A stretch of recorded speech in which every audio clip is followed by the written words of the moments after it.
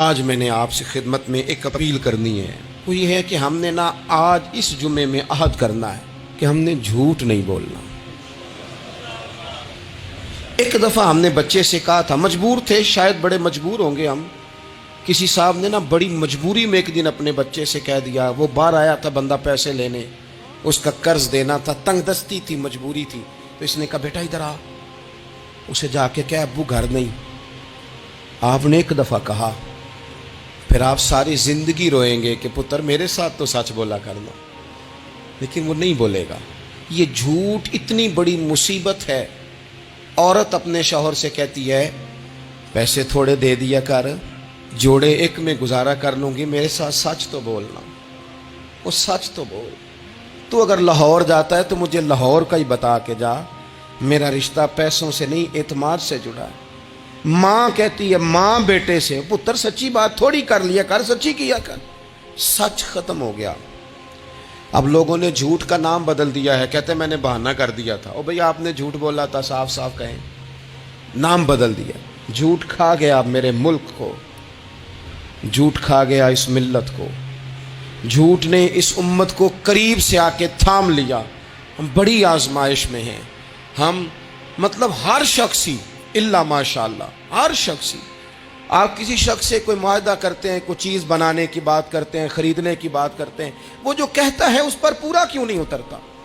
وہ غلط بات کیوں کرتا ہے؟ میرے نبی پاک علیہ السلام سے پوچھا گیا مومن بزدل ہوتا ہے؟ حضور نے فرمایا ہو جاتا ہے، کبھی یہ غلطی آ جاتی ہے۔ حضور مومن کنجوس ہوتا ہے؟ فرمایا کبھی ہو جاتا ہے۔ یا رسول اللہ مومن جھوٹا بھی ہوتا ہے؟ تو میرے رسول فرمانے لگے نہیں، میرا کلمہ پڑھنے والا ساری غلطیاں کر سکتا ہے، میرا مومن جھوٹ نہیں بولا کرتا۔ مومن جھوٹ۔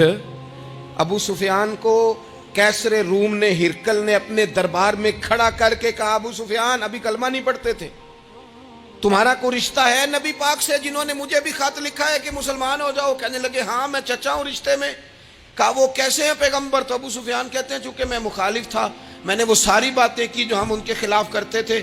اس نے آخری بات پوچھی، اس نے کہا ابو سفیان یہ بتا کہ وہ جنہوں نے اعلان نبوت کیا ہے کیا کبھی انہوں نے جھوٹ بھی بولا ہے؟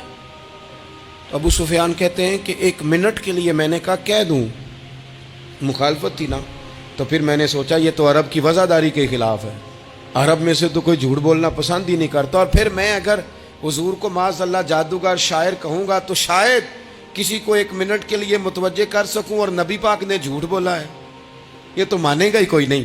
کہتے ہیں بادشاہ نے پھر زور دے کے کہا سردار بتاتے کیوں نہیں، کیا کبھی انہوں نے جھوٹ بھی بولا ہے؟ تو ابو سفیان کہتے ہیں میرے ہاتھ میں چھڑی تھی، میں نے زور سے زمین پہ ماری، میں نے کہا وہ میرے رشتے میں بھتیجے ہیں، میری سخت مخالفت ہے، میں ان کے خلاف میدانوں میں نکلتا ہوں، جنگیں لڑتا ہوں، کبھی وہ غالب آتے ہیں کبھی ہم آتے ہیں، لیکن میرے سامنے وہ پیدا ہوئے، میں نے ماں کی گود میں بھی دیکھا، دادا کے کندھوں میں بھی دیکھا، چچا کے گھر میں بھی دیکھا، سیدہ خدیجۃ الکبریٰ کا دولہا بنے بھی دیکھا، ان کی 4 بیٹیاں ان کی گود میں کھیلتے دیکھی، اعلان نبوت کرتے دیکھا، لوگوں کو مخالفت کرتے دیکھا، میرے سامنے ان کے مقدس بال سفید ہوئے، میرا اختلاف اپنی جگہ پر بادشاہ میں قسم اٹھا کے کہہ سکتا ہوں اس محبوب کی زبان سے جب بھی نکلا ہے حق اور سچ نکلا ہے۔ اسیر دشمن کی چاہ میں بھی، وہ مخالفوں کی نگاہ میں بھی امی ہے، صادق ہے، معتبر ہے، میرا پیغمبر عظیم تر ہے، میرا پیغمبر عظیم تر ہے، میرا پیغمبر عظیم تر ہے۔ جھوٹ نہیں کبھی حضور نے بولا۔ کہتے میں نے جواب دیا تو سناٹا چھا گیا سارے دربار میں، کتنے اس نے سوال پوچھے، گھنٹوں بعد سناٹا چھا گیا، اور پھر بادشاہ نے اپنا پرنا اٹھایا، چادر اٹھائی، کندھے پہ رکھی اور جانے لگا، تو میں نے پیچھے سے پلٹ کے کہا بادشاہ اتنے تو نے سوال کیے، اتنے میں نے جواب دیے، رزلٹ کا بھی تو اعلان کرنا، نتیجہ بھی تو دینا، کیا نکلا؟ تو کہتے ہیں وہ جا رہا تھا، وہیں کھڑے کھڑے اس نے